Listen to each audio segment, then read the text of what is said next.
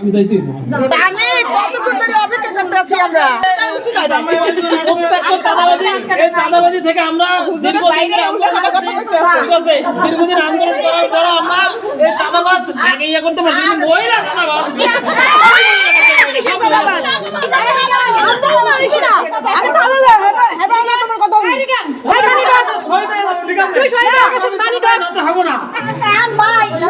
সোনার পরি অপেক্ষা করতেছে ভাই, টাইম লস করো না ভাই,